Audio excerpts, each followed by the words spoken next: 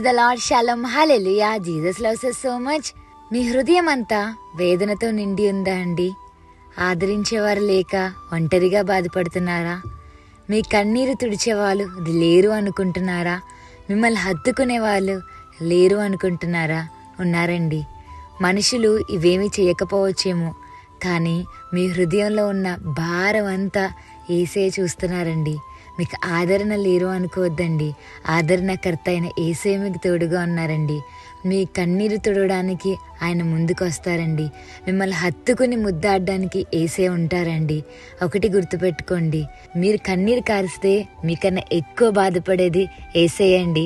మీ హృదయంలో ఉన్న వేదన అంతా కొట్టివేసి యేసయ్య ఆనందం కలగజేస్తారండి. మీ నోటి నిండా చిరునవ్వు కలగజేస్తారండి. యోబు గ్రంథం 8వ అధ్యాయం 22వ వచనంలో ఉంటుందండి. ఆయన మీ నోటి నిండా నవ్వు కలగజేస్తారండి.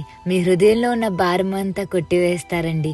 యేసయ్యకి మీరంటే ఎంతో ఇష్టమండి. మీ ప్రార్థనలో మీ భారం యేసయ్యకి చెప్పండి.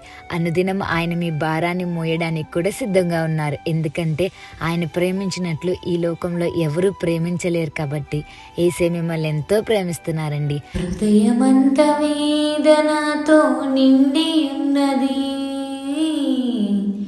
ఆదరణే లేక ఒంటరైనది.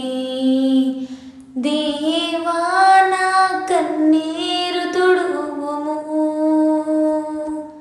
హత్తుకొని నన్ను ముద్దాడుము. Have a blessed day in Christ Jesus. Jesus loves us so much. Amen.